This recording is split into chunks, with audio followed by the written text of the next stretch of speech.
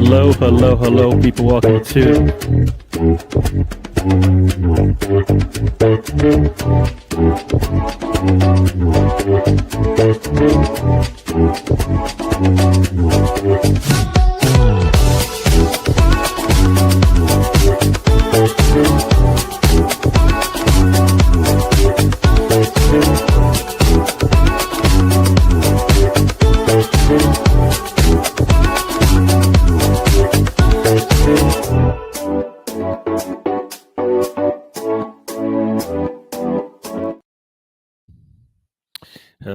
hello, everyone. Welcome to the trip. It is the day after, or a couple days after. I guess could be considered a bad day, but it's just a little blip, as I like to say. But we'll get into that and then some. But before we do that, Are we hello, live, Gary? hello. Still says scheduled for me. We're live as far as I'm concerned, and as far as YouTube is concerned, we are live. So I Okay, don't know what you see on your end, but I'm looking on YouTube and we are live. So how you doing, Tony? I'm doing all right. Cool, cool. Um, yeah, people, we are here, and you know what I didn't do yet, but I will do it as we have our show. Is we will talk about the game. Um, I don't know if Spencer should be here, but we shall see. Yep, Tony, as Steven says here, you are live. And welcome to the show. Thanks for joining us, Steven. I don't know how the weather is up where you are. It's starting to get chilly down here. Yeah.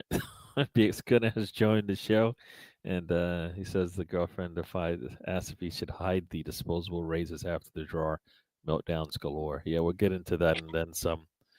Should there be a meltdown, or should this be? It was going to happen at some point. So what are you gonna do? What are you gonna do? So we Arsenal goes to Sunderland. Score finishes up 2-2. Um, at some point, Arsenal was going to not win a game. I'm not going to say the other thing, but it happened. And before we continue on, we got to the floor where he deserves to be. Mm. You're tardy. It's Spencer. How you Yep. doing? How you I'm doing? doing all right. How you guys doing? Doing good. All right. Doing good. I don't. The sky is not falling, as many people have said. Um, but it does suck um, to eventually finally not win a game. It does suck that we gave up shots on goal. It does suck that we gave up goals. But that was going to happen at some point, and I guess I'm going to blame it on the kids. The team was probably looking at the international break and thinking they could just coast across the line, and they didn't. But we'll get into that and then some. I kind of want to do this show a little bit different, and I'll tell you what I mean by that. Steven says it's a bit of snow. The temperature is around 32 degrees. All right.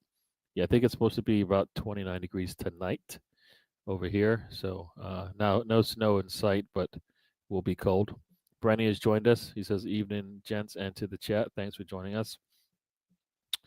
And as I said, we'll start a little bit. We'll go backwards.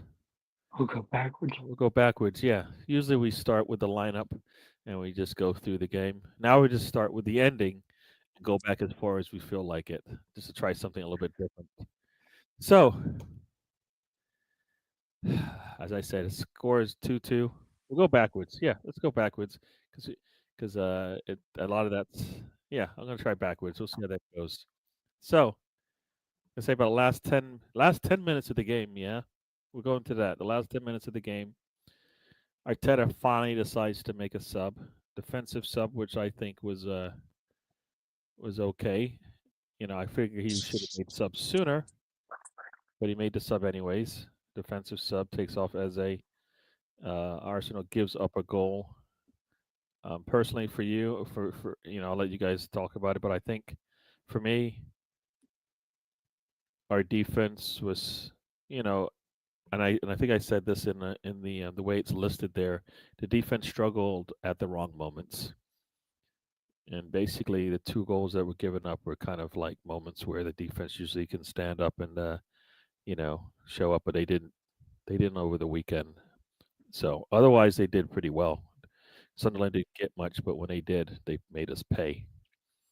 Um, Tony, how you feel about those last 10 minutes, the substitution, and then the goal?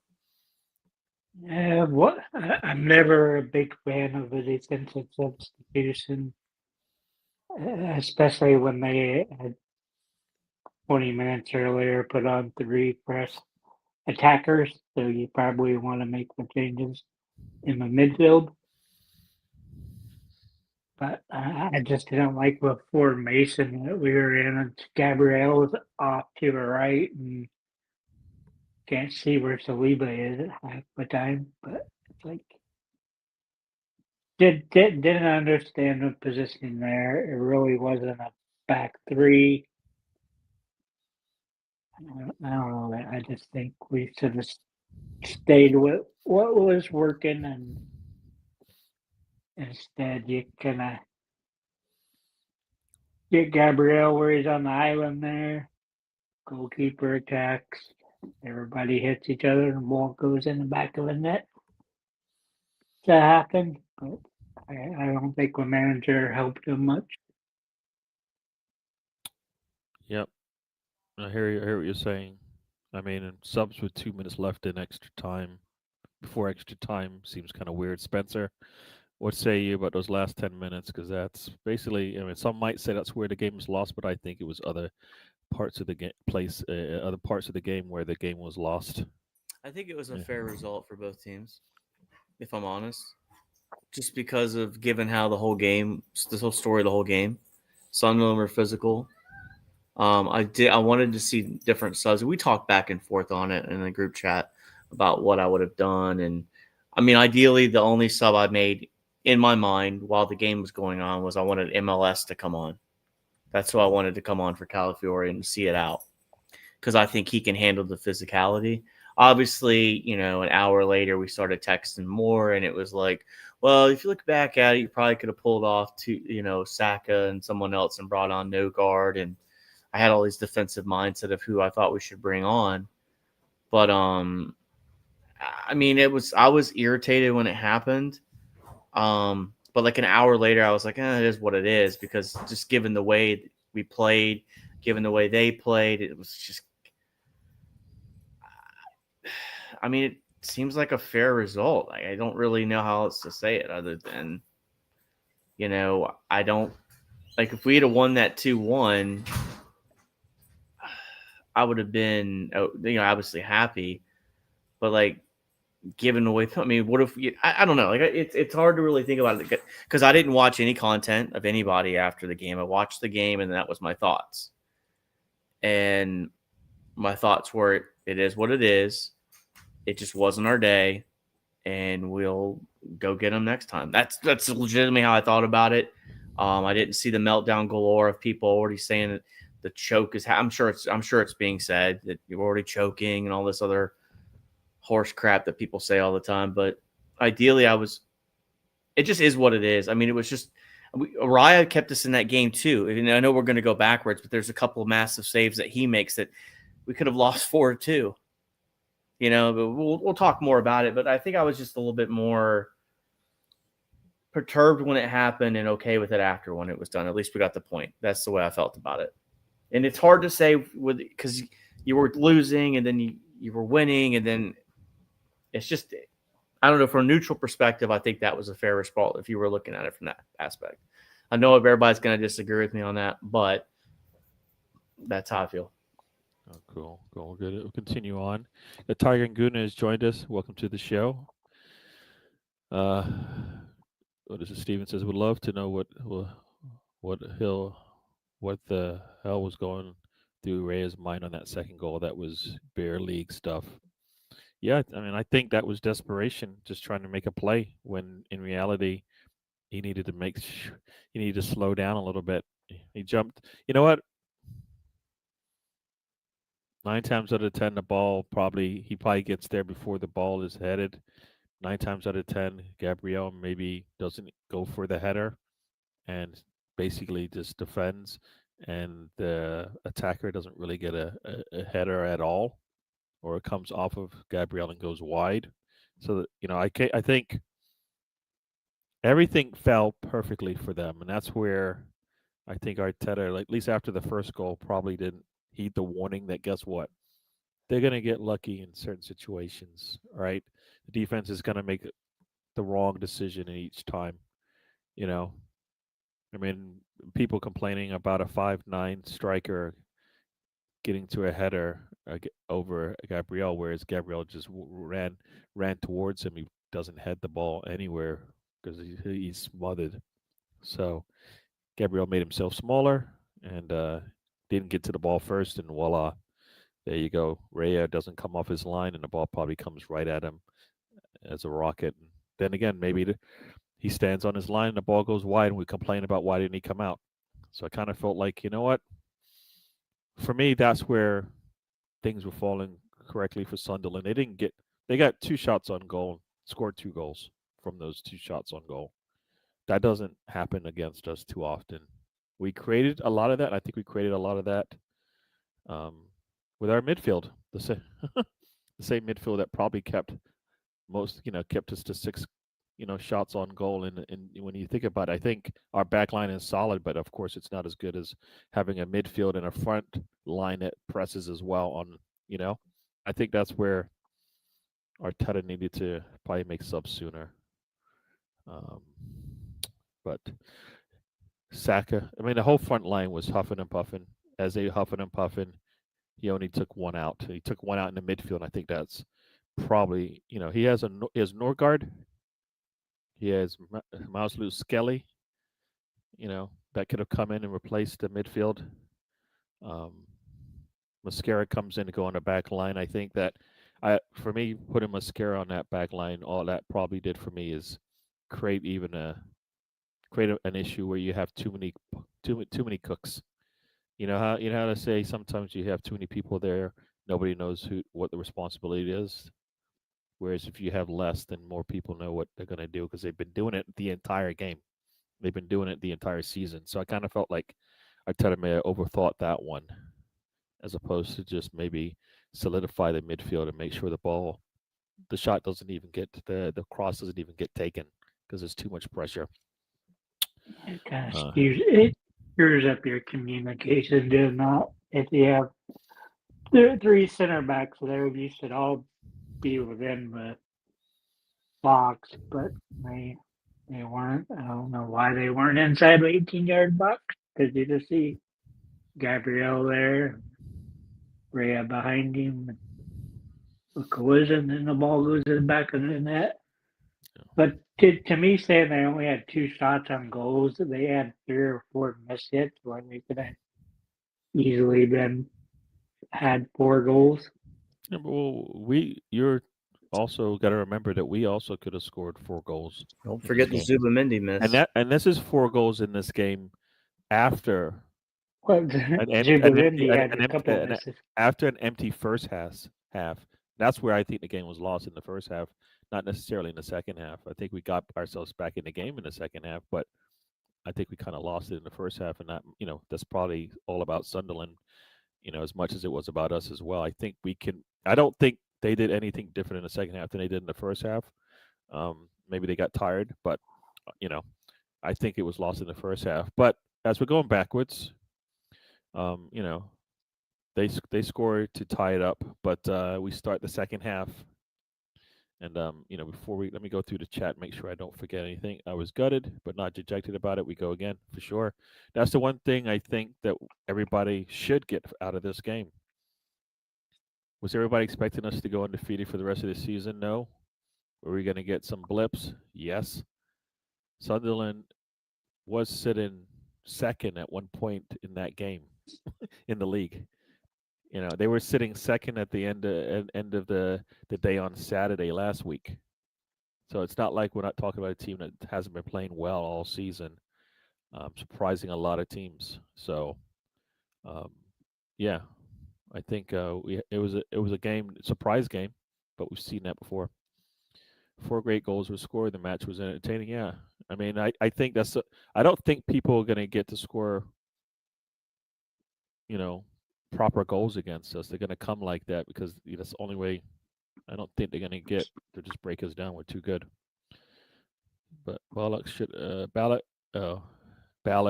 got a yellow for his elbow into Moreno. We'll get into, I will save that because that's the first half, but we'll come back to that.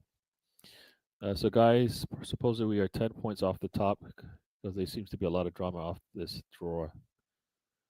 I don't know what that means. Here, Basically, welcome what to the he's show, saying. Boys and Dio.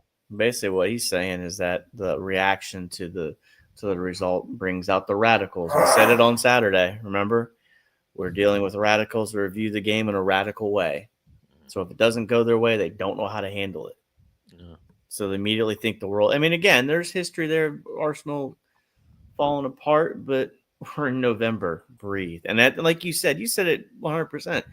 I think, we can talk about what Arsenal didn't do, but also it's unfair to not give Sunderland credit where credit's due because they played very well too. Yeah. But I'll let you go on. Especially Ballard, that just was mentioned there. Yeah. No, I mean he definitely left his elbow there, and he definitely moved, and he definitely, He knew what he was doing. we had 2 players go down with head injuries in this game, so that wasn't. I mean, that was just teams playing us aggressive, which is going to happen. We've seen it all the time. And I think that's the only. And then even with that, they still could have lost. They could have won, but they still could have lost. They smacked us in the mouth in the first half, but we'll get into that. Spencer, I agree the results were fair the way the game was played, but that is where I will let loose later in the show on that. Yeah, we'll get into that. But yeah, no, I think for the fans, for the non-fans and associated with the game, it probably was a good game. But both Sunderland and Arsenal probably could look at it and go, we probably could have got 3 points there. And Arsenal, I think, being the team sitting at the top of the table, probably more likely is upset than Sunderland. I only think it's fair because, given what I saw in the first half, I thought we were lucky to get a goal. You know what? We created those chances in the second half for ourselves. Yeah. Well, you remember the group chat? Me and Sam were texting back and forth. I think you were on Ryan's stream, and we were both like, "Man, if we get a goal out of this and a point out of this, we'll be lucky." And that was the mindset, I think, after the first half, just based on what we had seen. Yep. Not what the goal is or the expectation, but what we had seen at the moment. And we'll get into it further, but that's where my statement comes from on that.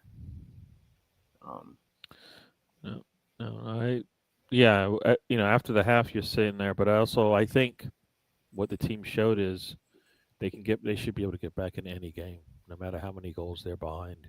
Yeah. And I think that's where we want to be, and that's kind of the mindset that Liverpool had last year. No matter what the scoreline was, they still always had a chance to go and get a win. Well, think of the narrative, right? Think of the narrative. I was sitting there actually thinking about this in the 90th minute. When Trossard got his goal, and it was a beautiful goal, and of course we're going to talk about it. But my thought process in the 90th minute before the conceding of the goal was, look what Arsenal have done. They've gone to a place, a newly promoted Premier League team that's got Granit Xhaka, who used to play for Arsenal, has his team motivated in theory because he's pumping everyone up for this. So the emotions are high, the stakes were high, and you came back in it. So my thought process, like, what is the narrative now? You're 28 points up top, and it's like, man, you are cruising at this international break. Now, granted, it didn't end that way, but that's my thought process was. And of course, we conceded, but it was a roller coaster of emotions. I think it was probably the highest emotion game we've had this year since Liverpool and City, if I'm honest. And again, their position in the table grants that. So. I hear you. Tony, anything about that second half additional that you want to say?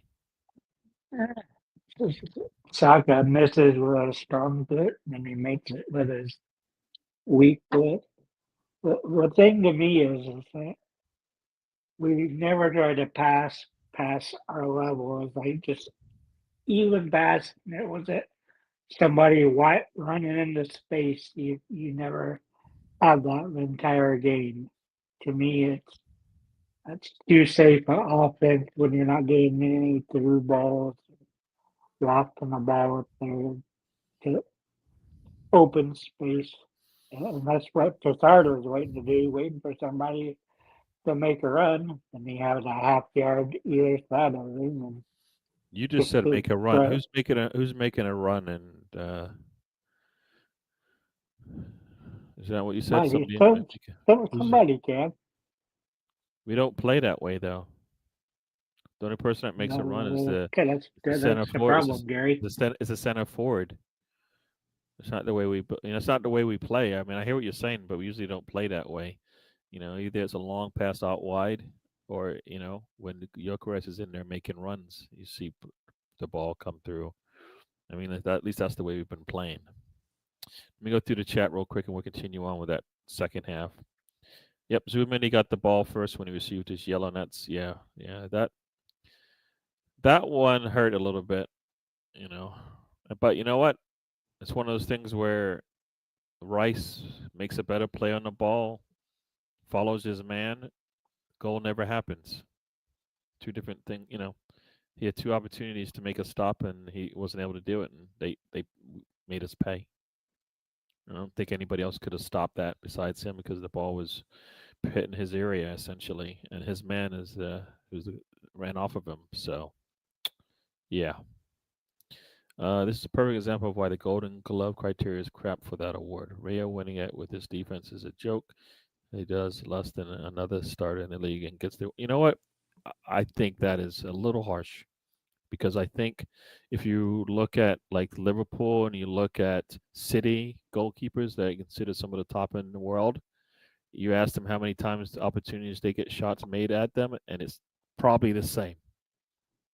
I mean, when City has the ball for 70% of the game, 60-70% of the game, and their goalkeeper is still considered world class, why is that?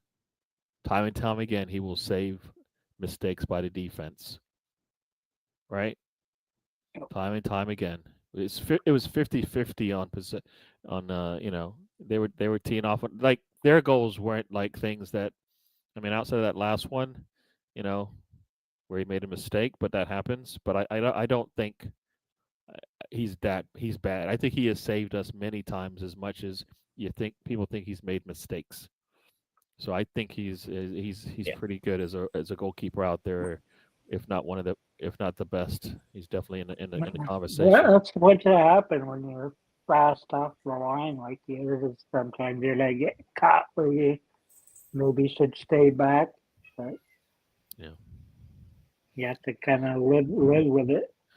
Yeah, I mean it's just the last couple minutes of the game. He doesn't know it, but it's the last couple minutes of the game, and he pressed, and then that's why he came off his line. Yeah, got to make a decision. He made the wrong one, but I don't know if that means he's a bad goalkeeper. I think he has saved many a shot, so I don't think he's bad. I don't think he's not worthy of getting it. Yeah, so I don't know. I don't know about that one.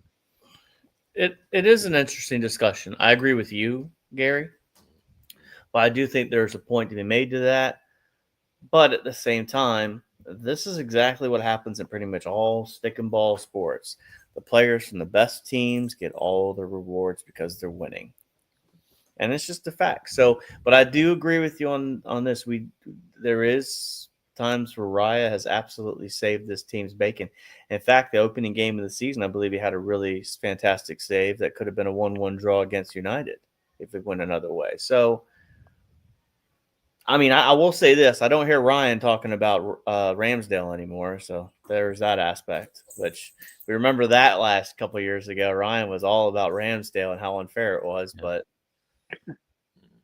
yeah. He's not here to defend himself, but obviously, like I find it also harsh that when like the Liverpool goalkeeper was winning these awards and other goalkeepers were winning these awards, Arsenal fans weren't talking about it like that.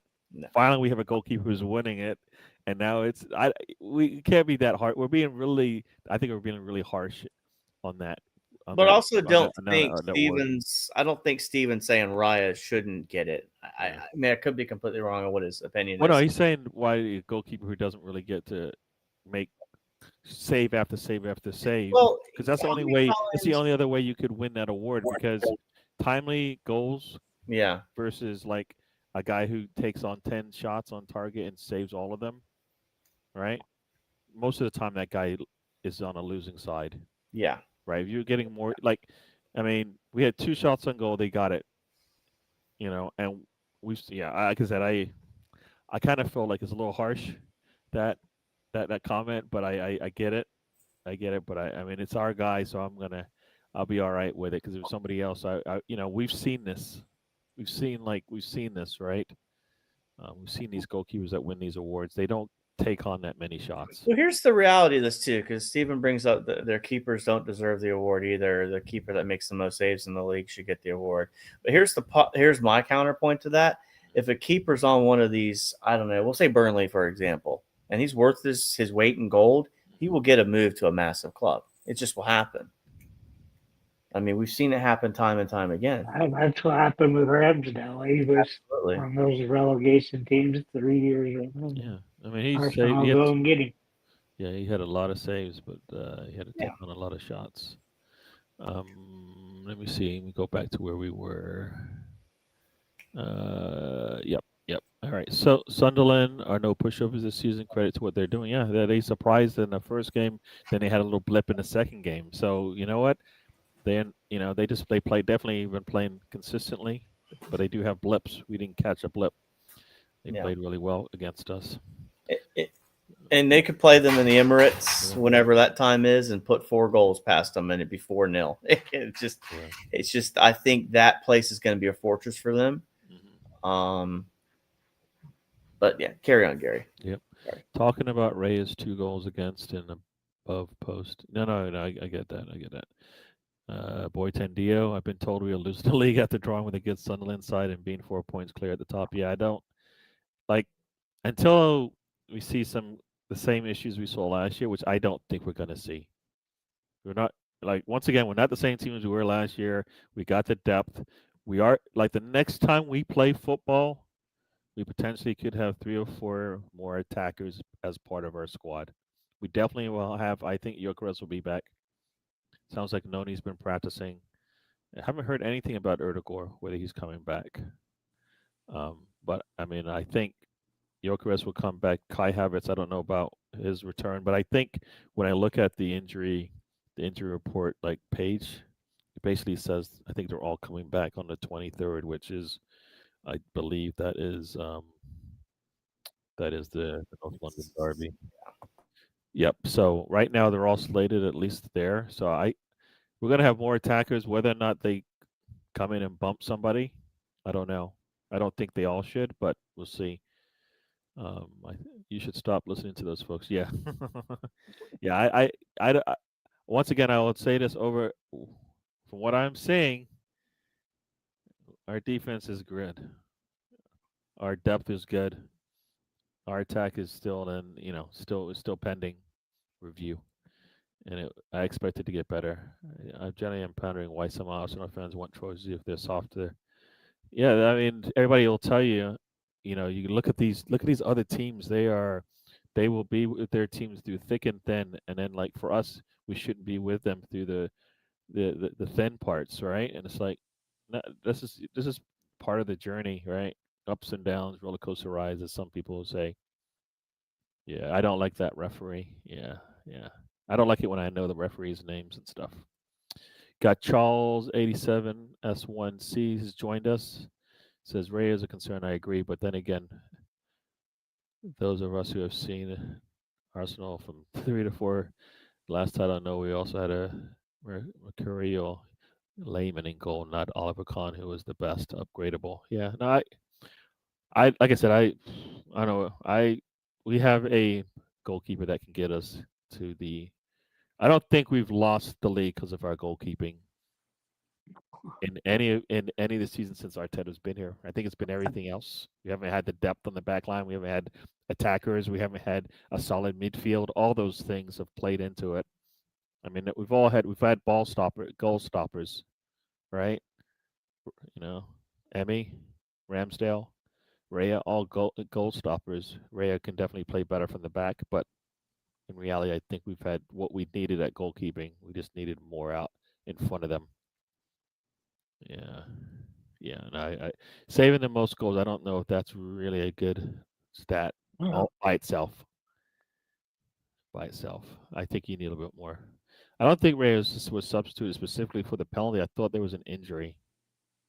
I thought the goalkeeper actually hurt himself. I thought that's why he came in. Yeah.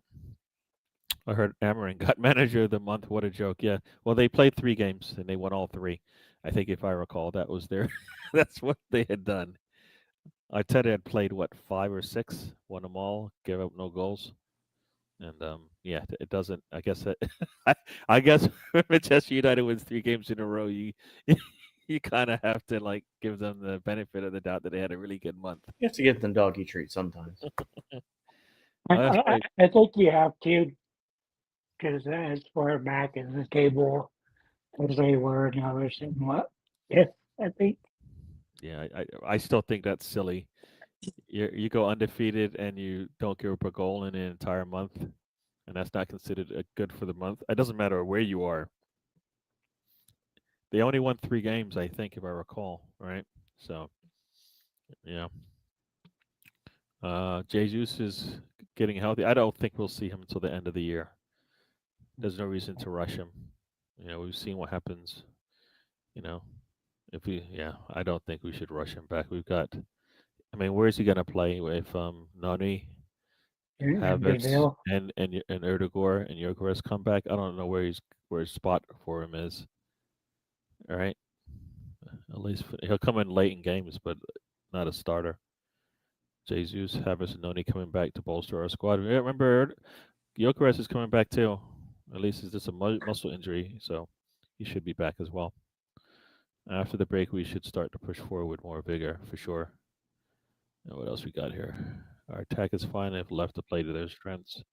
I think that's never going to happen. I would love that to happen, but I don't think it's going to happen.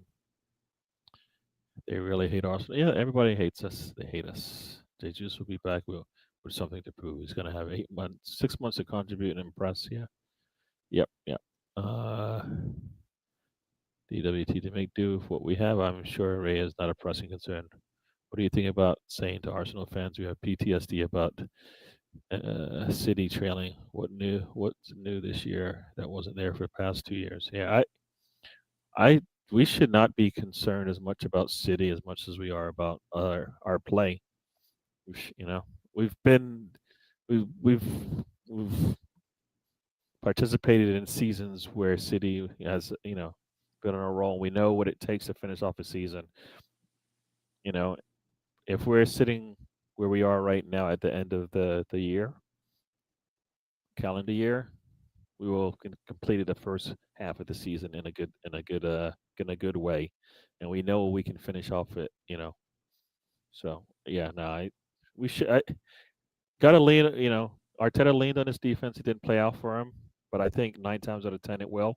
So, I say defense and depth is our strength. All right, Jesus on the left wing. Yeah, that could help. So, go to that first half real quick. For me, I'll let you go first, Tony. Talk about that first half. You can go lineup. You can go just how we played, how Sunderland played, whatever you choose.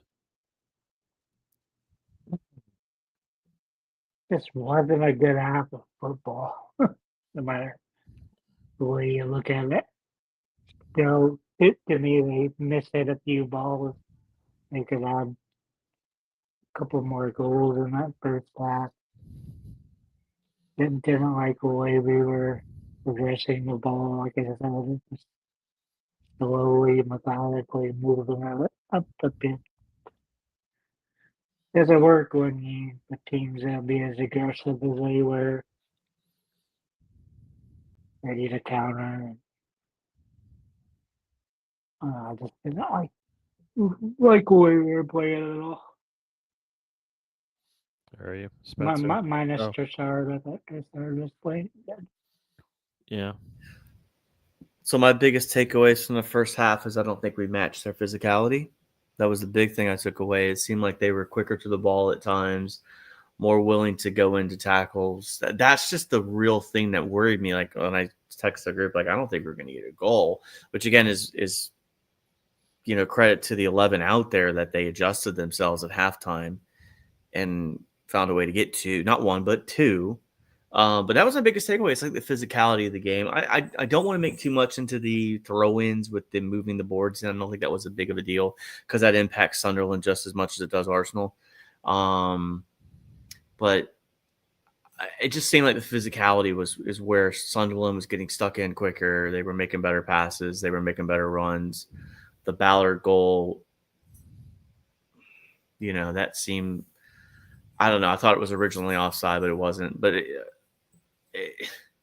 it's the physicality. I think when he got his first elbow in on Moreno, that kind of set the tone. Like, okay, this is the kind of game it's going to be today.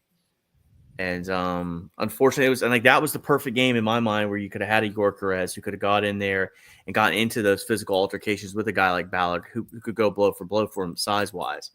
But that's my big takeaway was the physicality. And the word keeps sticking in my mind because I think that was the most physical I've seen a team play Arsenal yet this year, just in general. And I don't know if that's a blueprint teams are going to utilize against Arsenal. I don't know how many teams can actually do that kind of bullying. I don't think it's completely. I don't know if that's an anomaly. I know some people in the group. I heard someone say, they're a championship side still playing like they're in the championship. Well, I'll tell you this much. If that's how you're going to play, if I was Sunderland, that needs to be your identity because that'll keep them up in the league for a long time. Because I don't think Premier League teams like to have that kind of physicality at times. I don't know. A lot of these physical. We should get Arsenal as a physical team. With Gabriel and Saliba, you could argue that, but I don't think we had many corners in the first half either, if I'm not mistaken, too. So we really didn't even, because there's two ways to break down these low blocks, right? You can break it down, through set pieces, and other ways you can try to find the right pass, but the first half was just really probably one of the poorest first halves we've had all year too. I think that's the other way to say it. So I don't want to say underprepared is the word, but maybe you could argue that was an underprepared Arsenal team too, if that makes sense. I don't know about your feeling on that, Gary and Tony. Yeah, I just don't think. I think Moreno is a good third striker for us, and that game showcased why. I think that's how things played out. He can give us Spurs. This probably wasn't the game for him to be able to showcase what he's got because Ballard was there, and a big strong. That's Gabriel on the other side. You just say the same thing. Yeah. Right. If that was Moreno coming at him, he wouldn't get anything, any freedom.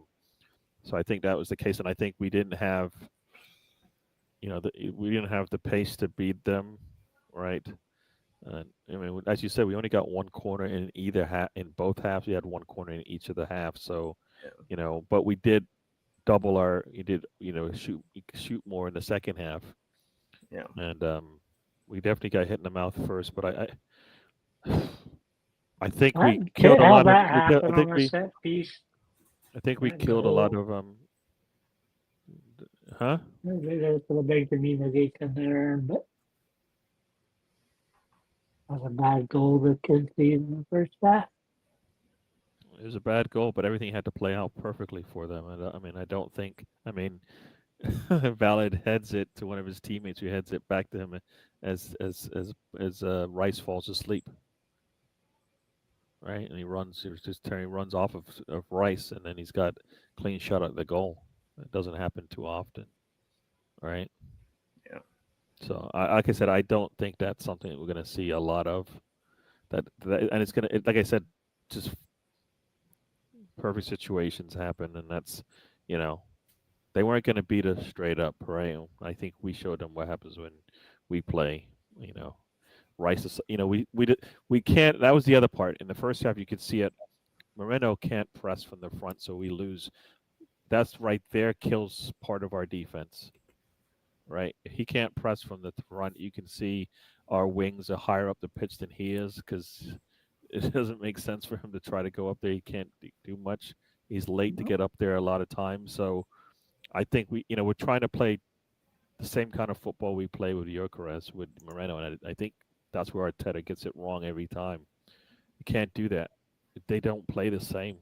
That's Havertz. If that's if Erdegaard's in the game, that's Gyökeres. We play fine.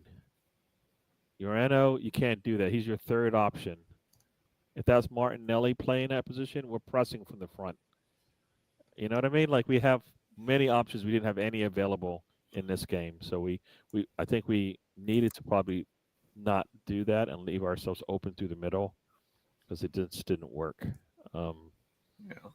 I mean, we only got like 5 shots in that first half. I mean, yeah, no, I mean that's not going to work for us. We need more volume. I mean, Trossard's small, but he presses like crazy. We get the press from the wings, but not through the middle at the top, and that's where it starts. If you look at it, when Rice puts pressure on them, what happened? We got a goal. Something else to the middle of the pitch. Sorry, go ahead. Yeah, go ahead. No, something else to notice is that Moreno didn't stay up top the whole time. Also, he kind of pushed himself back out to the wings, fell back in the midfield. So that would seem like more of a Eze and him are swapping off that role. Whereas if Gyökeres is out there, he's just playing that one spot the whole time. So I don't know if that played an impact in it as well. Not having a dedicated guy playing over more as well too. I mean, it's you've got Trossard on the wing, you got Saka on the wing. So we didn't have that dedicated 9 to go out there and really just kind of keep that press going. So it played a part into it, of course. But again, it's like Charles said in the thing, like, and it's why I said earlier about I think it was a fair result because Sunderland deserves credit. Yeah. I think we just played into their hand and we got punished for it. That's kind of how I see it as well. Yeah, well, and it kind of that also plays into it because you still were able to go ahead, like you still were able to get your 2 goals. It just I think you lost the game, the 3 points in that last 20-minute phase right there, where I think you probably could have brought in a couple extra subs. We talked about that. Or you lost it in the first half where you didn't play it different. You didn't put yourself in situations to get more opportunities to shoot, score. You know what I mean? Like, at some point in that first 15 minutes, you realize how the game is going to play out. We needed to change something, and we didn't. Well, you did a better job putting Trossard in the middle. But you didn't have to change anything. You still went up 2-1. No, you ideally lost this because of the last minute subs. I mean, well, again, this is hindsight's 2020. But I think I told the group I would have taken Eze off, Saka off, and thrown on Nogard, Mascara, and MLS, and take Calafieri off. And then you could have left Trossard and Moreno up top, or however you wanted to do it. You could have kept Eze on there, but not bringing on more defensive-minded people to kind of like a Nogard would have been perfect to see a game out like that in my mind. Because you still scored 2 goals. You still went up 2-1. Yeah, so that's how I see it. Yeah, I hear you. I just, like I said, I feel like it was lost in the first half. A goal in the first half, and we come out in the second half the way we played, and we're up 2 goals. Then different situation. I think we can't give halves away. We can't give. We are. I believe we're too good to give halves away. Yeah. And especially be down a goal. Like, I get 1-1, but like 1-1, like being down 1 where they are dominating the game. Yes, they weren't dominating the game. You know what I mean? In the first half, we had the ball 70% of the time. You're telling me they deserved the 1 goal and we didn't deserve any? I don't think so. I think we didn't, we didn't work hard enough to get a goal, right? Again, you could argue quality over quantity. Just because you have the quantity of the possession doesn't mean you have the quality of the possession either. Yeah, but that puts pressure on their defense. That means they're defending a lot harder. That means that you should be able to get opportunities. We got more. However, if you're taking the ball and it's Gabriel and Saliba playing, warm-ups with each other, is that really quality possession? I don't think we do that though, because I don't. And like I said, No. I think when you don't have a central piece in the cog, right? So both Trossard and Sacker get the ball. Do you see how many people are around them? Because there's nobody in the center. One, because he hasn't even got to there. He hasn't even got there, as you stated. So now you've got one guy on him, another one coming at him right away. He's got to try to beat two guys every time, and there's nobody cutting through the middle.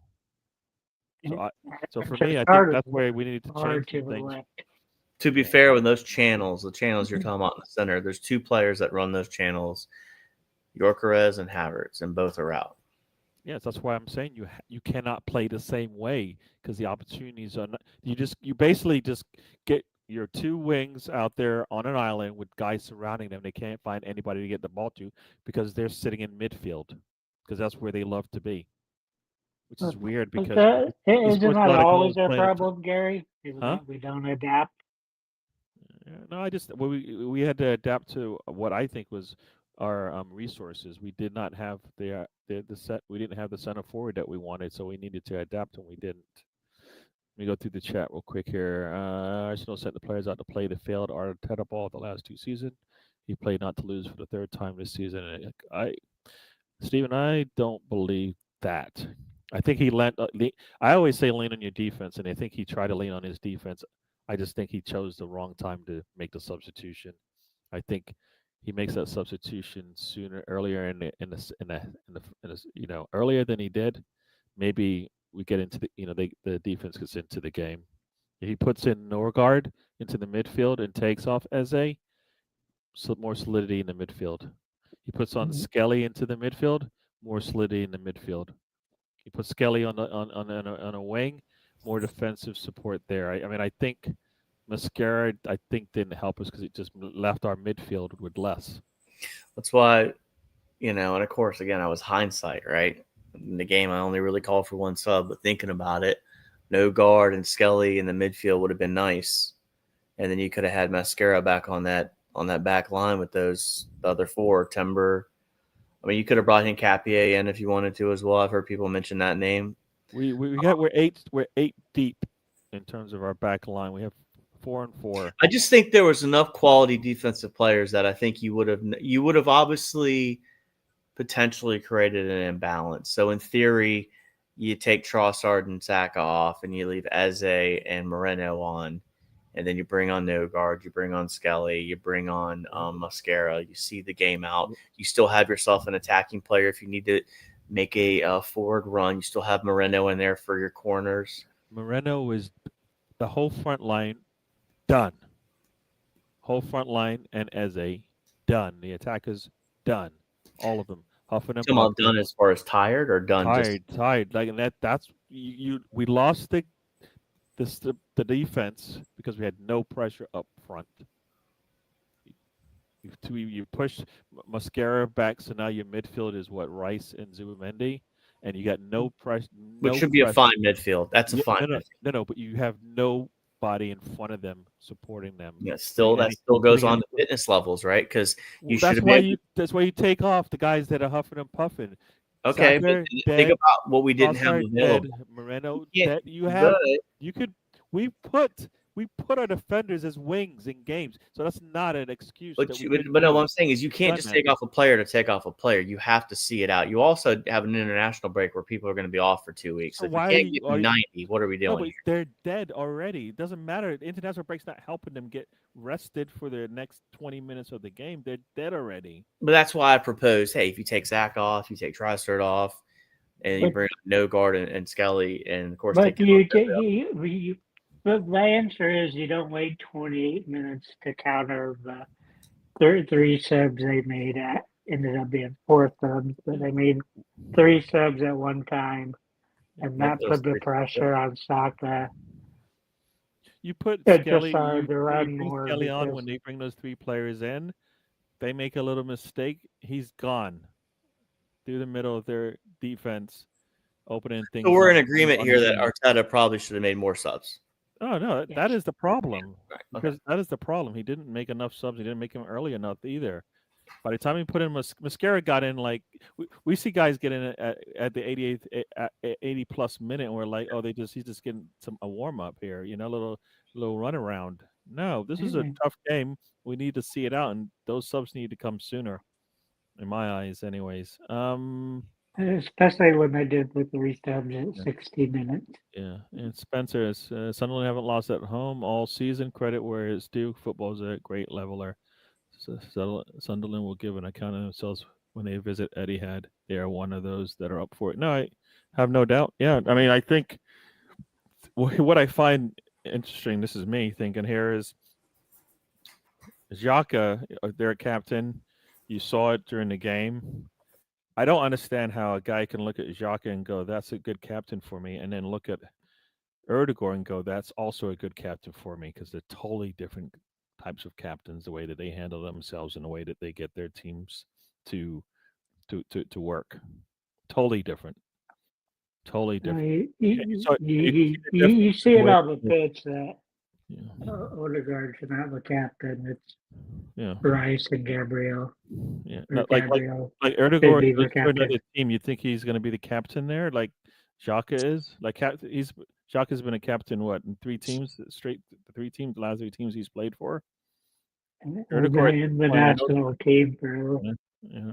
So like I said, I think that there you see it different there, and I just, like I said, I the difference in dynamic for the type of captain is just like, I think we want a captain like a Xhaka. There's little things about him that we didn't like, but somebody liked, and that's where the Rice conversation always comes up. Because I think he'll fight for us a little bit more than Erdogan does. Don't get why Xhaka came back to the Premier League when he clearly wanted to. I think he initially wanted to leave, but then I guess he wanted to get paid as well. I think he needed a little bit more money. So not all of that, and I think that was more. I thought it was more of a family decision to go back closer to home, or go back to somewhere where he felt comfortable. Turns out, I guess the money was not right. I believe, anyways. It was the same old passing side to side backwards with very little direct play. There's no movement or overlaps by the wingers and backs, just pinned to their. I like that. Yeah. Well, I think that happens when you have Moreno coming back and get in the midfield and just muddle things up. So yeah, but you had to start holding up a ball. They kept waiting for people to run into space, and nobody ever did. Yeah, that's how he ended up with the goal that he made. He was waiting for a run, seeing just a brief second of open space, and took it. And made it past 3 defenders and a goalkeeper. Yep. Steven says in the second half, we went back to what we do best with movement from the forwards and more direct play. We were able to turn them on the outside and broke them down, creating more gaps. I don't know why we couldn't have done that in the first half. I don't know. Like I said, maybe they got tired. Or even the first 7 minutes in the second half, Sunderland started up strong, had another chance at the goal. And Saka misses a chance he should have buried and made what he should have made. Yeah, the Saka's chance in the first half? Second half. Second half, okay. Like the 53rd minute or whatever it was. He shot it from his left foot and missed it. Yeah. And you said in the second half, huh? Yeah, I think it's like the 53rd or somewhere in there. No, the 53rd is the one he scored. Oh, wait. No big chance set up. About 2 minutes before he scored. Yeah, you're right. Yeah. Yep. Okay. Gary, we played the same slow build-up style with anything from 8 to 18 passes to get into the final third. Once their wingers pinned to the touchline and backs, not making any runs, Arteta ball again. I get that. Yeah, and maybe he was saving them. I don't know why you're saving them. I personally think if we scored 2 goals, we're up 2-1 in the first half. And that's what's bad, because you have an Eze in there, and he can make those runs, but I don't think he's being asked to make them. Yeah. I mean, everybody's asking why can't Eze play like he did at Crystal Palace. I know it's different, but we're not getting to see the things that we liked about Eze from Crystal Palace at It, Arsenal. Like we saw in the it, Newcastle it game. always boils We don't. down to what Mm, they're asked to do, Yeah, I think not what so. they can do. Yeah, Arteta playing scared, using Arteta ball is how we lose the title. It has cost us 7 points in 3 games. Here we go. Yeah. Already starting with the doubts. Yeah. No, I think I was disappointed that Eucharist and Eze didn't get games against City and Liverpool, like more minutes, like starts even. That I definitely, I remember sitting watching that Liverpool game, going and seeing Eze and Wary, and I think Skelly all sitting next to each other, just looking at the game, going, and I'm like thinking to myself, yeah, Eze should be on that pitch. And we saw why he should be on that pitch. I mean, I you know, because we needed something we weren't getting from the guys we had. I think Eze showed it when he came in that Liverpool match, what he could give us, and you know, I think we need some of that. We're not getting that, and that was him playing out on the wing, right? So I mean, through the middle, we saw that with City. I mean, think about it. Both the City and the Liverpool games, he comes on late and provides what he did, I believe, right? So yeah, Yorker has played the whole City game. yeah. I'm talking about No, I was talking about Eze on the bench for the Liverpool game. And I think Eze Oh, didn't start of the City game either. Yeah, yeah, you're right. I he was sorry. Yeah, Eucharist. a sub. Him and Saka were a sub at the Yeah, um in the City game. yeah. Charles says Yaka was here. We all saw how he was. Lots. Mm. Let's not disregard his history. It's dark. Captains are just an armband. How they behave on pitch is personality, and your personality is different to panel here. No, I'm just saying he looks and acts like a captain on the pitch, and those are the things that we kind of need. Like we want that I think we want that fiery guy on the pitch. We want that Gabrielle on the pitch. We want that Rice on the pitch, right? And the team feeds off of it, right? I think our team feeds off of it. When Gabrielle's having a good day, screaming and all of that, the defense is solid, right? When Rice does what he does, I mean, he's not fiery like Gabrielle, but when he's doing, when he's playing like he did in that second half, right? We just follow his lead, right? And I think that's what we get from those plays. Like there's something about them. I don't know. Just maybe it's just me. Maybe that's kind of what I would look for.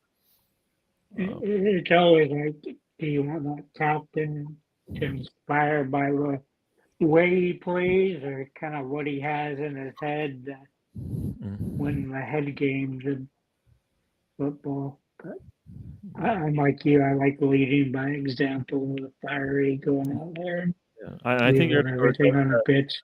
Yeah, I think Erdegaard does. And you see that with Gabriel. You see how disgusted he was at the end of the game. That Mm, goal went in there.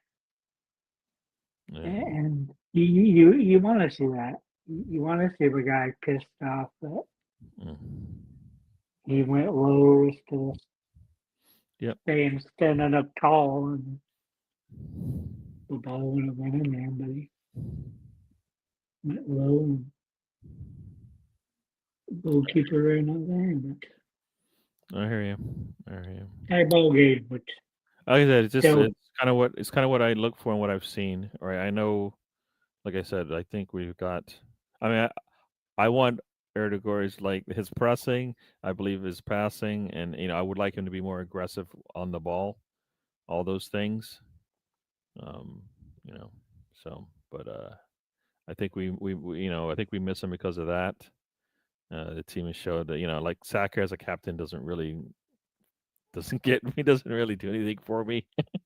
When we need somebody to stand up, he's not really doing that. And I think he should if he's going to be the captain. I think we need that, especially when the game's not being called the right way for us. Right? We need somebody to be able to stand in the, be in that face of that referee a little bit more and feel like their message is getting across.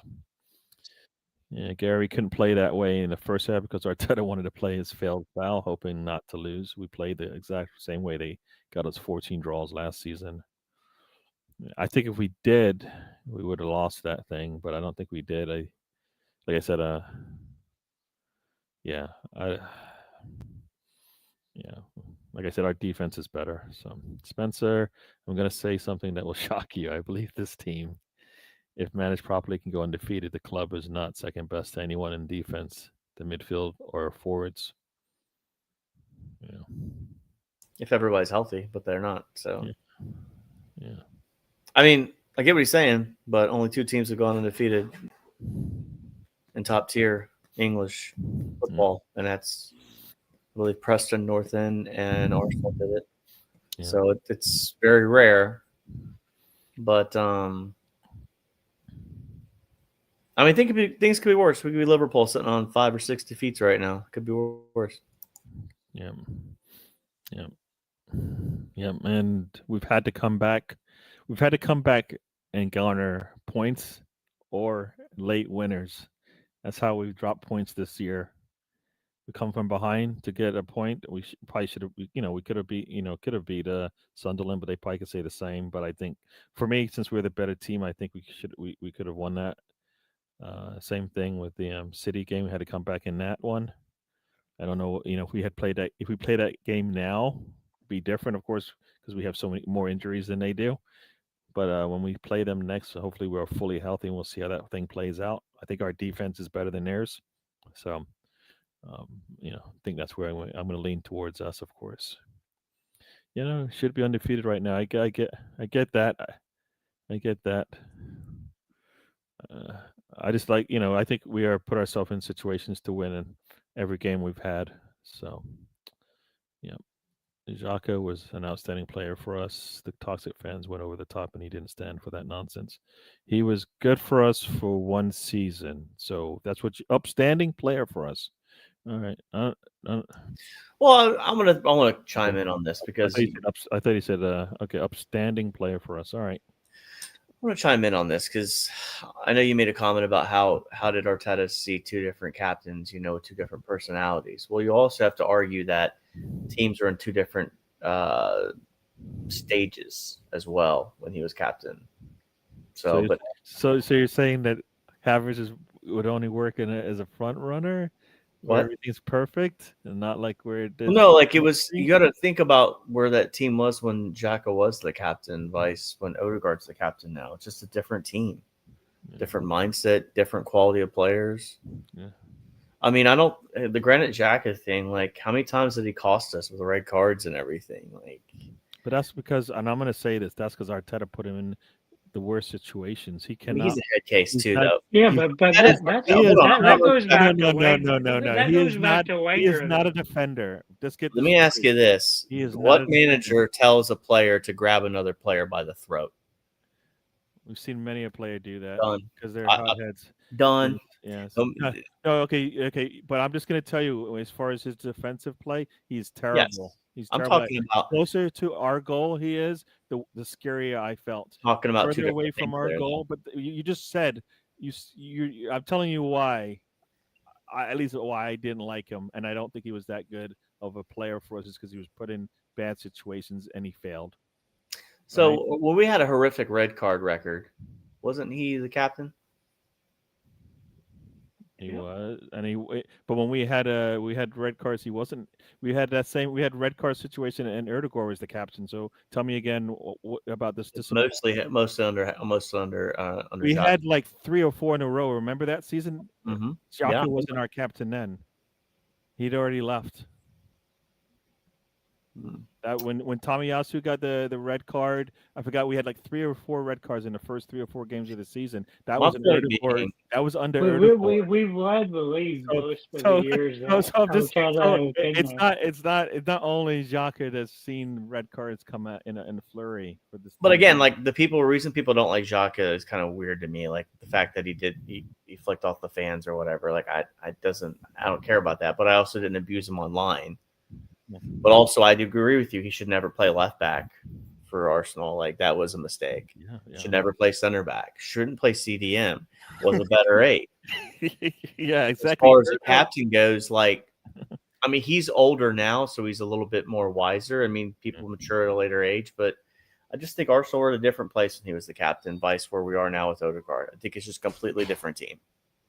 But you have three managers that play in the central defensive midfielder, and finally in the last season, you're like, okay, let's play him as an attacking midfielder, basically. Yeah. No, I just like I said, I think he was just he was put in a bad situation and he failed, and we kept doing it. It's not about how we play. We just needed to make subs. Yeah, for sure. Shaka did no wrong in my opinion. He always fought for us on the pitch and was a professional off of it.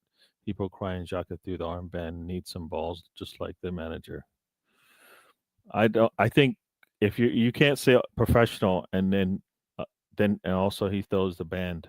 I don't think that those two for me He don't threw work. the band, he flipped off Took off his our jersey and stuff manager, like then that. flipped off the Yeah. fans. He knew why everybody was trying to get him off the pitch in that game. I remember sitting there watching that game going, "Get off the pitch. The clock's running." You know. Because that was like And he definitely milked the time coming off. wasn't that like that was 53rd minute or something? It So wasn't very much into the second yeah. half. Like I said, a professional in that situation, no, but in most cases, yes. But in that one, I think he was wrong. I think We were down a goal and we were trying to give a substitution in there, and he's just yeah. meandering off the field. Yeah. Let's see. A lot of the Illuminati has suggested that we would be exactly where Liverpool are on points. Like I said, I don't think so. I think our defense, we no, I don't think so. I think we're where we are because guess what? We doubled down on our defense with the people that we brought in. We then actually turned around and actually said, you know what, we're going to improve our attack as well. And we did that. So, that's all Berta. I think Berta's done a really good job for us is to help us where we were solid to begin with, and then increase where we had gaps. Right. I mean, we brought in Noni, we brought in Eza, we brought in Yokeres. I mean, And he could have stopped with that. Then he gets Hikape, then he gets if you got Zinchenko loaned out. you got He Zubermendi. lots of last minute work. So I feel like Berta, some people might say that's our MVP. The Invincibles came back in games as well. Yeah, no, like I said, I think that game showed us that we can do that, and so that's where, like in City game, we came back, and I think in the Liverpool game, that game is anomaly. I think I can't remember that game. How did we have opportunities there, or did we, we waited till I think we waited too late to make attacking changes because it wasn't working with what we had on the pitch. An Arsenal player is never better than when they are out of the team. I don't know who we're talking about here. Don't know who we're talking about. If you're talking about Xhaka, I don't know. Like I said, we needed to. I think I think we missed him the next season because we tried to replace him, and that wasn't. We didn't do a good job with the replacement. I mean, Rice is not Xhaka, so I think we missed a trick there. He's a secret sauce that we needed to the fan base. Don't do it, lads. He's polarizing. At the bare minimum, he's polarizing. I don't know what else to say. I don't think there's a more polar. Well, Ozil was polarizing to an extent where people had different opinions on him. It's the same thing, Ozil and Xhaka, where I think you either liked him or you hated him. And I don't think there's an in between. Yeah. But again, I'll say this much for when it comes to Granit Xhaka, and this is my opinion on it. My thoughts of him are mixed as far as performances, good last year, but he left in the right way, if that makes sense. Where I don't, whereas like Aubameyang just left, they had to shred He didn't just left. He had a fight with that, whatever. I still think it was Arteta. But Arteta was right to tell Aubameyang to pack sand. He was right. We know. Well, you're not to do that when it comes to physical blows to one of your coaches. Well, either way, my point being, and not to interrupt Tony, but he's polarizing, and the comment section tells it. Yeah. And I think that I'm curious what the opinions will be 10 years from now on him. Yeah, but he was there for like There won't 6 be years. any. There won't be His any first opinions two, of him because he didn't really do much. first 2 or 3 years, he single-handedly cost us from being in the Champions League by red cards and silly mistakes and positioning and stuff. Yeah. He played for Arsenal will be kind of the thing, but I don't know if there'll be much after that. Let's see. I don't think you can be Yeah. a captain and tell your coach to fuck off. I mean, that's kind of Yeah. You know, like you said, yeah. I lost count of the goals he cost us over the years, including at least 3 in his last season. He was a decent player in the league above his head. Yeah. I just, like I said, I think we you know, what do they call it? Round peg in a square hole type of thing. There was a lot missing there. BX says they're always back. Xhaka gave everything on the pitch. Yeah. Like I said, just yeah, yeah. No, this is where I draw the line. Nah, that's not. Yeah, that was embarrassing. That's not called. That's uncalled for and all of that. So I mean, we saw the stupidity in our fan base when Nani was signed. People doing a change.org. Like, yep. how pathetic. Yeah.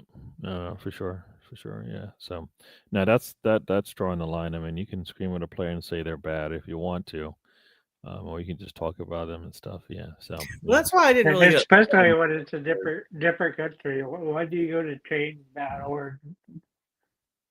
yeah, I don't know. I mean, I just like that's why it really didn't bother me when Xhaka did what he did walking off the field, because I understand his anger, and I think fans can be irrational at times. You know, the boos are boos. But can't you just solve it by putting your I wouldn't Instagram on private? Yeah, no, yeah. They're so weird, and I don't think we understand it as Americans. I'll say this just because I think the English view things differently when it comes to their teams and where they rightfully belong in their teams. Like the Broncos were booing the offense last week, and Bo Nix like it's not the first time they've been booed. Like, well, you're not understanding. You're not completely the one being booed as well. Like the boos are multifaceted. It could be Sean Payton. It could be anybody. My point being is I feel like we as Americans view it a little differently and probably have a little more thicker skin when our players tell us to do one. Whereas I think the English fans, they wear just different perspective. That's my opinion. So, you know, I don't think the comments about the family were from the fans in the stands. No, absolutely. I think you know what I mean. And that's where he lost me on the reason why he blew up like that, because it sounded like as if that was the reason why he did all of that is because of that. And I don't think the fans were, like they could have been some of those fans in there that sent him those messages. But I think in general, we just wanted to get on with the game, and he didn't seem like he wanted to do that because he was, he like I said, he was he was not feeling good about being out there on a football pitch that day, and I can understand why. So that's the thing. I don't. Yeah. So that's kind of how that, at least from what I saw, that's what it looked like. Well, the time of a game is what makes that inexcusable. Like I think it's the 53rd minute. I might be wrong, but Yeah, he didn't want to be. He chasing didn't a want to. Yeah, game. he didn't want to be on that pitch. He didn't want to be out there, but he got out there, and then I think he didn't want to be out there. Nah, Gary, you don't get it. A lot of the Illuminati coming out of the transfer window predicted that we would be on 18 points by the international break. We were 8 better. They want Arteta sacked. No, I hear you. Like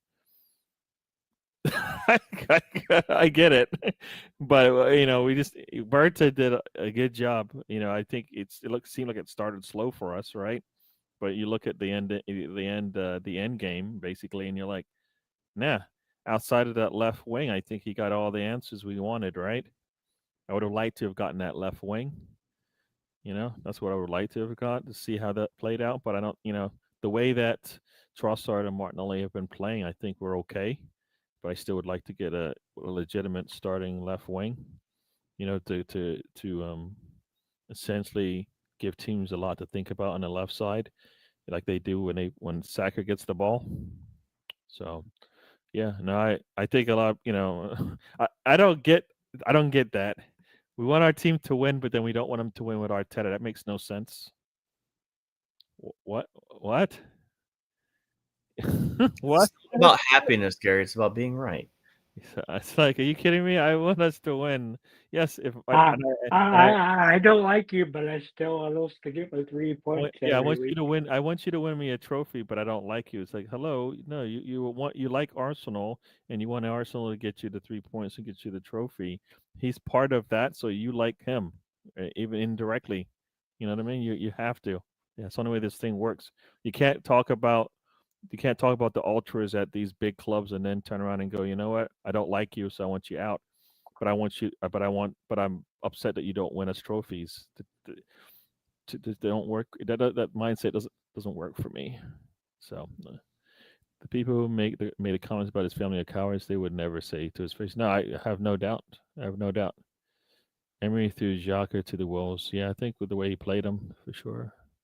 It's a miserable existence. They jumped on this draw like a fly. Yeah, yeah. No, I. Yeah, and then they like Sunderland. They lose draw to Sunderland, who's second in the league, is playing out of their mind right now. Right? I mean, part of me thinks we were looking at the international break. Part of me thinks we just had too many injuries at the wrong time as far as our attack goes. Um, late substitutions, all those things. Everything we did was a little bit late. You know. I think we're lucky to give him a point, to be honest. But I don't think we are. I think we are that good of a team that we can score 2 goals on anybody in the league. Anybody.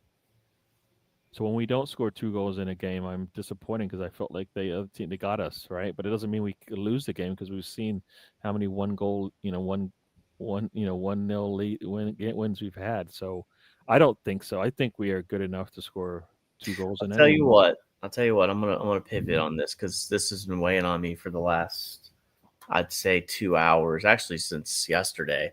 So there was the whole, the Broncos only 10 points scored on Thursday.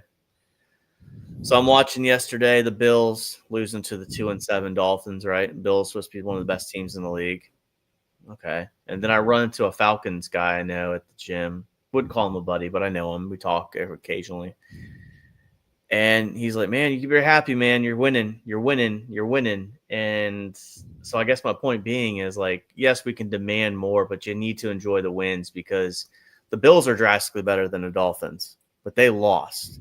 So now the Bills are 6-3, the Broncos are 8-2, but you could argue that the Bills look better than the Broncos do. But is that really true though?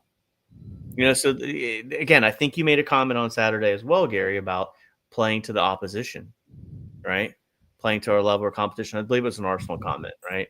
That we play to the level of competition we have. Sometimes it would make No. I don't say that because you make them play our level of game. No.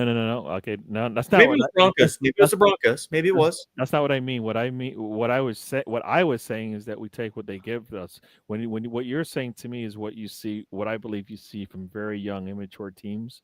Mm-hmm. They play to the competition, like they'll play up to, like we used to do that, right? We play up for City. We might lose 2-1, and then we'll play a team lower. So it was a Broncos comment. It wasn't a yeah. But I also, so I guess my point being is just be happy, enjoy it, demand more, but also don't forget the fact that we're not in 8th place and the season's over.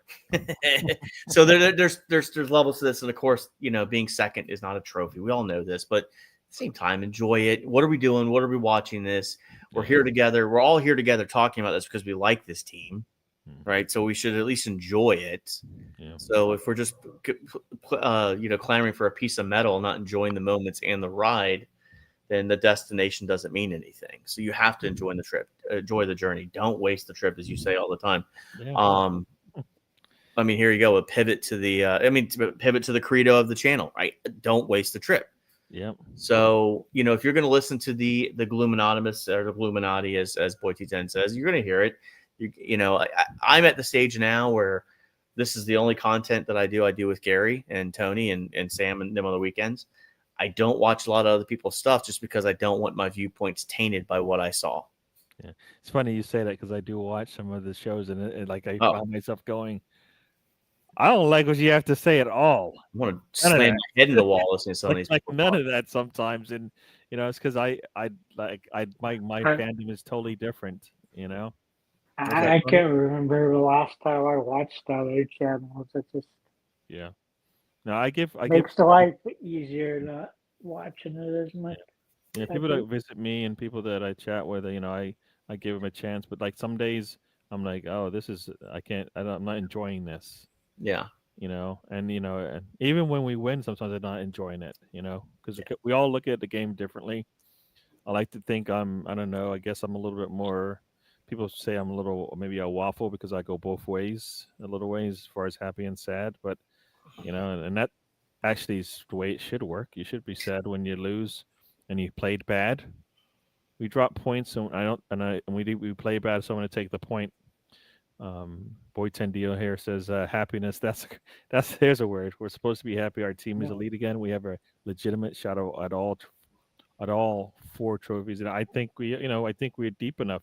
We've shown that, right? We can compete for all four trophies right now, and as long as the trainers and whatnot get these guys back after this 2 week break, right? And those that go travel come back as well healthy. When we play that North London derby, I think we'll have additional answers, if not, a different starting 11. You know, I think if you, I mean, for me, I don't think I change much, except for maybe Yokeros plays in the middle. If we're healthy when they come back, I don't think we need to go crazy and bring in, Kai and Erdogan immediately.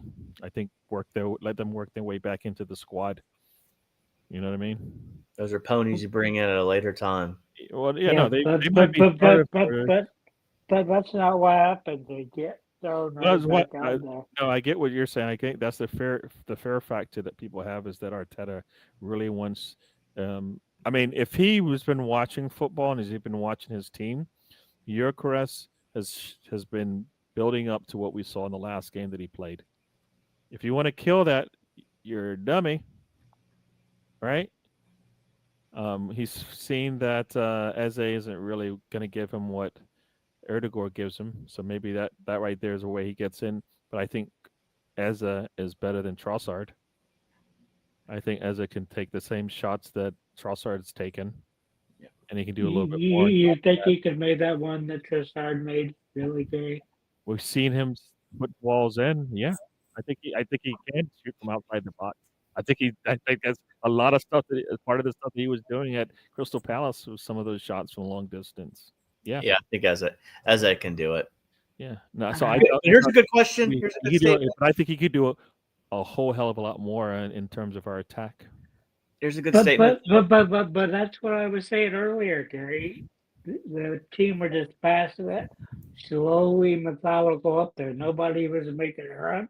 I'm telling As they you, can do that, but he's not Moreno being playing in the asked to midfield do that. killed us. I'm telling you, that kills us. It kills the whole that spacing and everything. If that's Gyökeres running in that game, totally different situation. As A comes up the pitch, he doesn't have a Moreno in his face because Gyökeres is further up the pitch. Totally different way we play, and that's why I'm saying we needed to change the way we were playing with Moreno there. That's my thinking, anyways. We'll play better than people realize or want to give us credit for sure, for sure, for sure. I mean, everybody's they really didn't have much to say in October. No matter what the score line was, nobody barely got shots, much less shots on target to get. So if we get Havertz, Erdegaard, Jesus, and Noni back, I really don't see who's gonna catch us in the league. Yeah, no, I think that's what we need. That gives us. We basically had 3 stars on the pitch. We have 4 players on our attack coming back. Actually, you have and for me, I still feel like, and I'm going to say it because this is me, and Wary needs to get his minutes. I just don't know if he's going to be on the bench. Think about it. They might not be on the bench if all those players come back. Maybe Jesus, you take him off. Like if And Havertz where he's and going to be on Erdegaard, the bench. if And where Havertz, Erdegaard, and Noni come back, and that's where our three. That's our and Gyökeres comes back. That's our three attackers that were on our bench the last gone. They don't. They where are they going to play? I think and where he still makes the bench. I think Dowman's the one that gets the No, set. Dalman goes, but you just don't have much space. Think about No, what we didn't. This is a good thing. We've got good. This is good problems to have. no. I'm just That's saying. why I don't think Jesus. I'm wondering what his future truly is at this point. Yeah, he could play the cup matches Uh, and maybe I some of those think he late needs games to in the go Champions straight League back to Brazil. when we've already got the 15, 16 points that we need.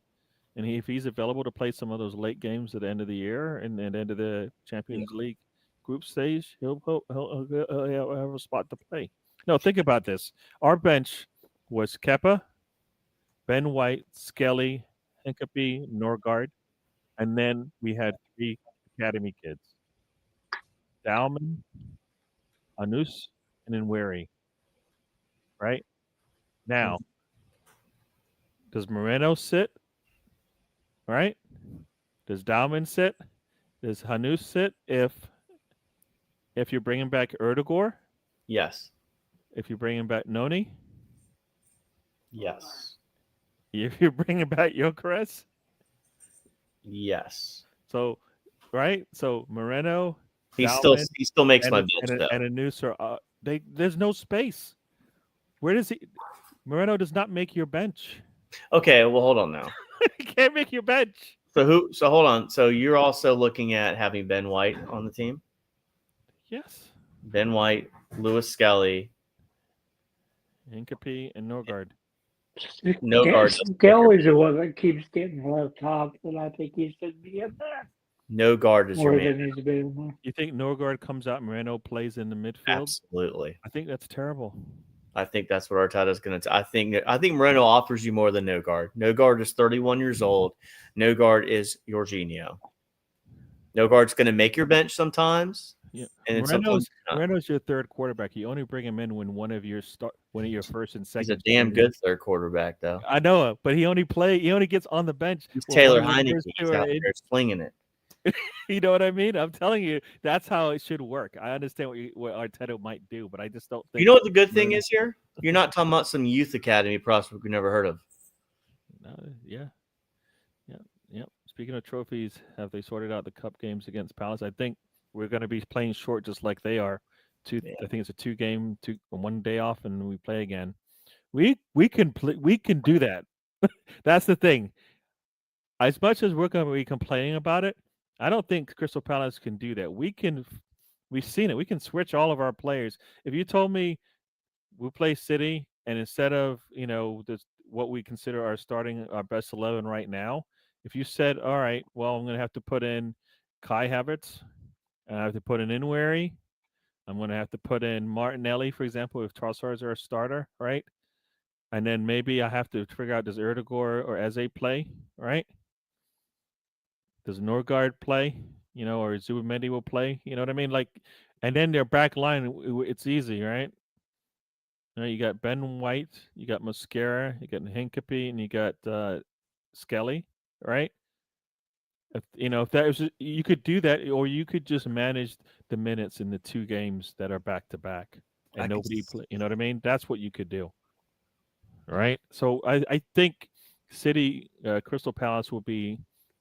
They don't have the depth to handle it. We do. Nope. I'm going to make a comment on something, and this is something I've been thinking about after City's 3-0 win over Liverpool. I'm actually happy that's how that went out. Now, the more I think about it. Because if Haaland goes down with an injury, what happens to City? Some they will tell you that they played better without him because then because you don't have a central place anymore. So then it just maybe opens the game up for Mamouche, and it opens the game up for their other players who basically are the center's covered, right? I still think they rely on him more than I think they do because everybody else is not performing. Foden finally has started playing, right? I kind of felt like it's one of those things where you take a guy out and you get better for it because now you can't just as a team you can't focus on Harlan anymore. The other Yeah. players are really good. They just when you got Harlan, you've got Michael Jordan, but you take him off and then maybe Scottie Pippen's there. He's not as good as Jordan, but he's still good, kind of thing. You know what I mean? Yeah, no, I agree. I just think that was probably now looking back at it to get one of them kind of semi-eliminated. I think is a good thing. Yeah, yeah, I don't think Liverpool's completely out of it, but yeah. I mean, what is it? 8 points now. From Liverpool. And look how many of those teams are 8 points like that. You don't know who's Yeah. step out of that position. Yeah. Now we've seen, and here's the good thing about Arsenal. And again, we're 11 games into this. Arsenal have not lost to a team that you would not. We're like City have lost to Villa already, right? Mhm. City have dropped a couple points. Liverpool have lost 5-6 games at this point.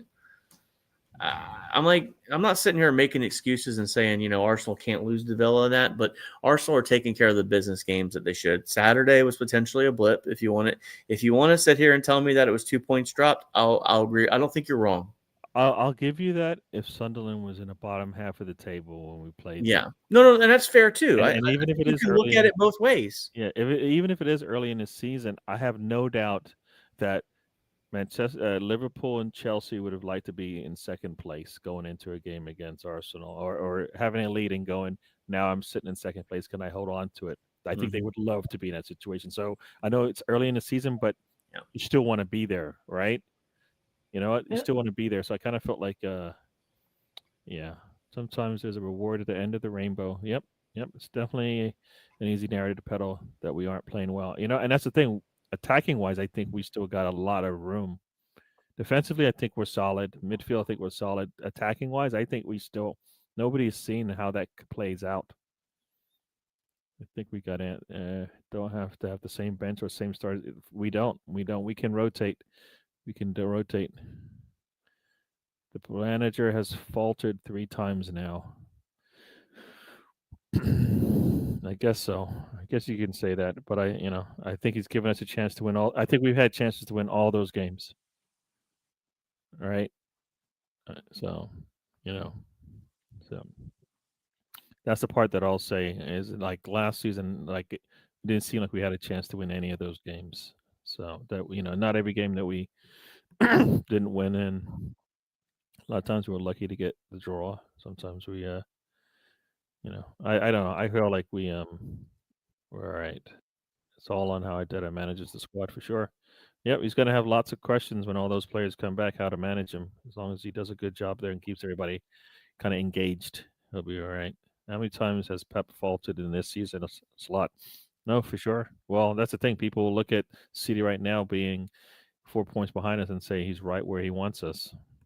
We have to go to their place and play. Right. Same thing with Chelsea. We have to play Chelsea twice. They're all looking at those. Each one of those games is important to them as much as it is to us to pull away from them. So those games will be, those will be back and forth games. We are hitting the end of. Oh, Spencer will be right back. So we will see where we're at here. Last They've been 90 perfect. minutes. Yeah, we've done 90 minutes, so we're going to be at some point getting out of here. Moreno is a false 9. I don't know if he's a false 9. He plays back in the midfield. If a false 9 plays behind our 8s, then yeah, maybe. I don't. Like I said, Yeah. if you like when I was watching that game, like many a time, I'm like, where is our striker? Where is he? He's stuck in the midfield. He doesn't get out of there sometimes. Yeah, City lost a lot of Yeah. goals. They did, but I mean, they lost a lot of goals, but they scored more goals than us. That's the thing that they have scored more goals than us. They've scored 3 more goals than us. Defensively, they've given up 3 more goals than us. So as bad as it is, right? They're at least for now scoring goals, and will that dry up? That's going to be the thing. We thought Liverpool, Salah would maybe not dry up, and it never did. Not until the season was done. So will Haaland have one of those seasons where he doesn't have any issues? He's the focal point because he takes no days off. Yeah, so we'll see how that plays off. We'll see how it plays off without international breaks and playing back-to-back games, right? They're going to have to rotate them. Let's see here. I want to believe we beat City to the league even with perfect fitness for Harlan. Yeah. No, I think we can definitely do that. We can definitely do it because will he score in every game he plays in? Chances are no. Does his defense hold up like ours? I don't think so. I don't think they have better defenders than us. Foden finally giving glimpses of him from the three. Yeah, yeah. Will that last? We shall see. Going into the archives, Gary. I hear you. I hear you. If they give us one day, I'm sending the under 21s out to play with our injury record. It will be a style. Now, right now, it's we play on a Sunday and we play on Tuesday. So, and like I said, I think we are deep enough. We're playing Everton. I think we're that stretch of games. For I was just looking at it on the 21st. We play Everton away, and then we play the next three games at home. Crystal Palace is the one that's on the 23rd. The 27th we play Brighton. Then we play Aston Villa on the 30th. So, but we play, like I said, we play Wolves. So think about it. We play Wolves, we play Everton, and then we play Crystal Palace on a short turnaround time. So Wolves, we should rotate that. Yep. If we don't, then I think we were silly. Everton, yes, we're playing away, so that's going to be another tough game like Sunderland, if depending on how they're playing at that point in the season, right? And then we play Crystal Palace.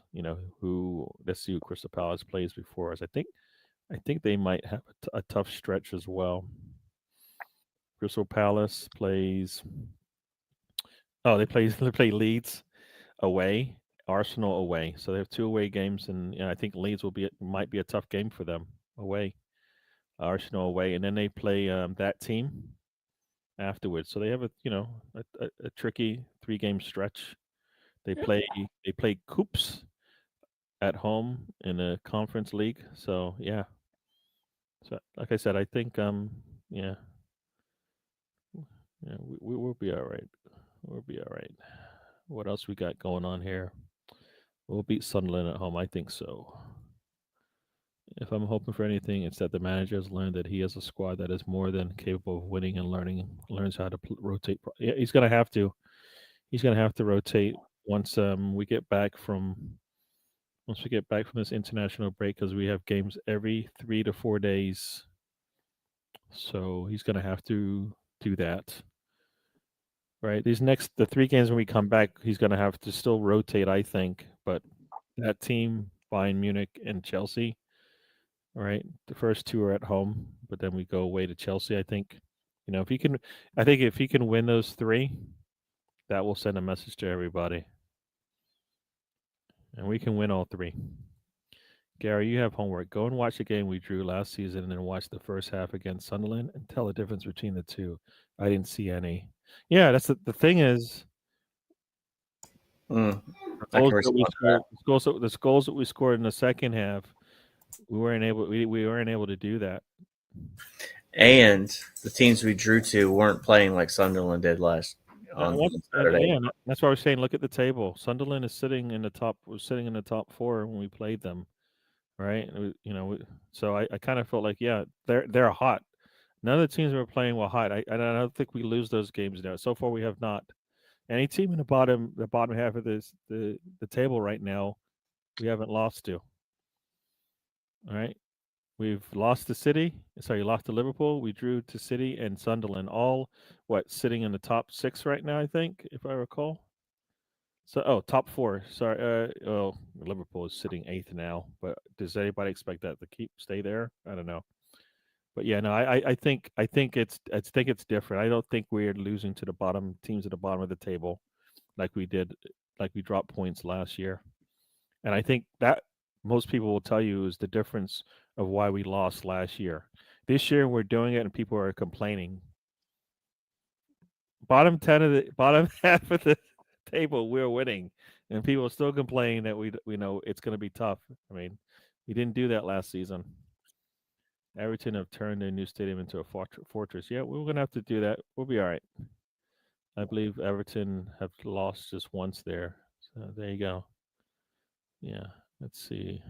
Let's go check out the home records here. So Everton. Let's see. Arsenal is sitting second in the league in home games. Everton is sitting 10th. They've only lost once, but they have drawn twice there and won 3. So yeah. So and if they're dropping points in 3 games at home out of 6, we got a chance. Yeah. Leeds are losing the Fark in plot. All right. I know I keep going through this, but we have hit the 90-minute mark. I think we need to get out of here. Tony? We have hit 100-minute mark here. Yeah. So talk to the people. Just don't get too overhyped about one game. It's a long season ago. You had those guys 3 weeks ago saying, "Oh, the season's over. Arsenal will win." It's like there's so much to play for. That'll be a long ride, and we'll get there. Hopefully, where we could be. But Gary says, "Enjoy the ride." No, I say it all the time. Don't waste a trip. Enjoy the ride.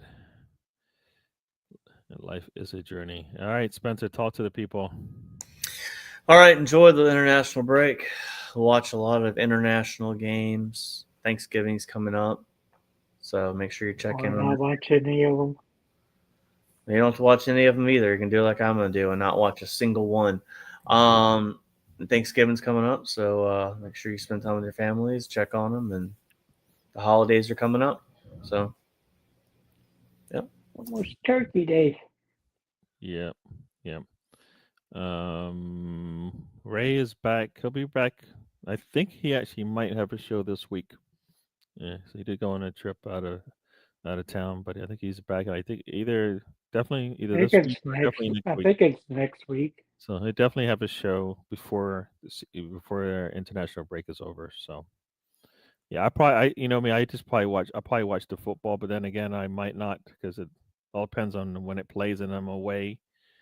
I'm away over the weekend, so probably won't watch any football over the weekend. Don't look at the way they play. Just watch Arsenal and the way we played. It's the same slow ball progression, micromanaged, predictable style. Yeah,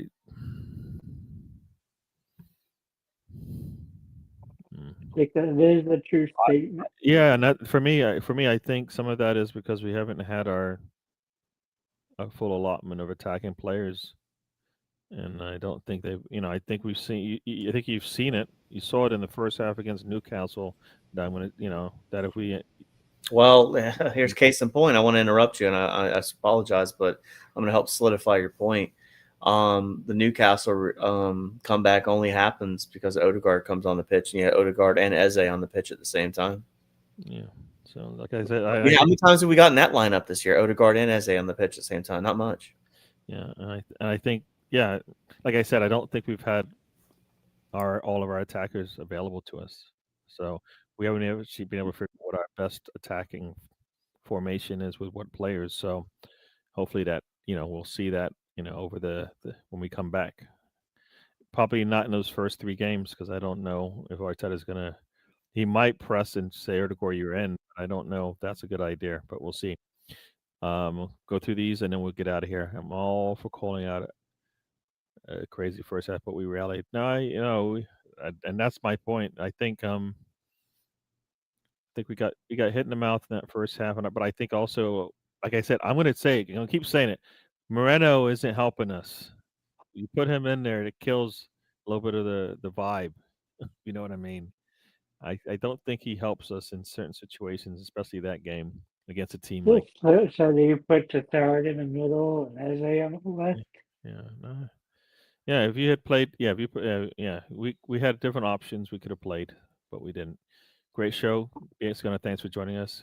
Arsenal Misfit says great show as well. Enjoy the break. It will be way too long for me as I hate international football. Yeah, I get that. We're live streaming next week.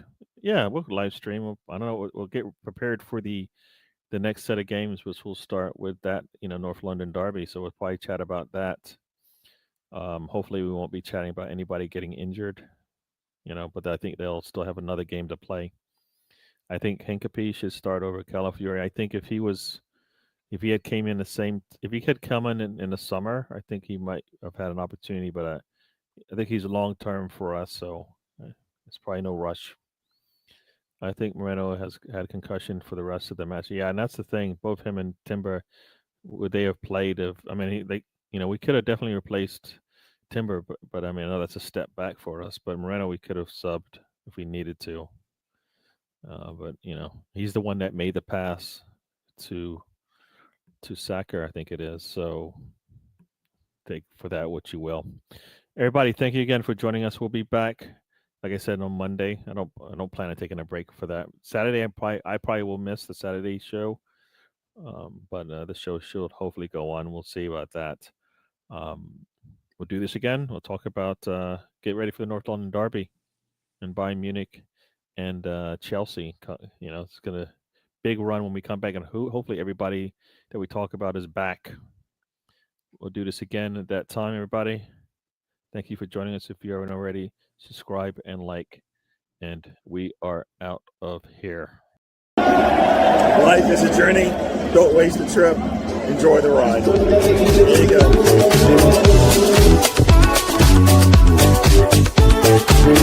go.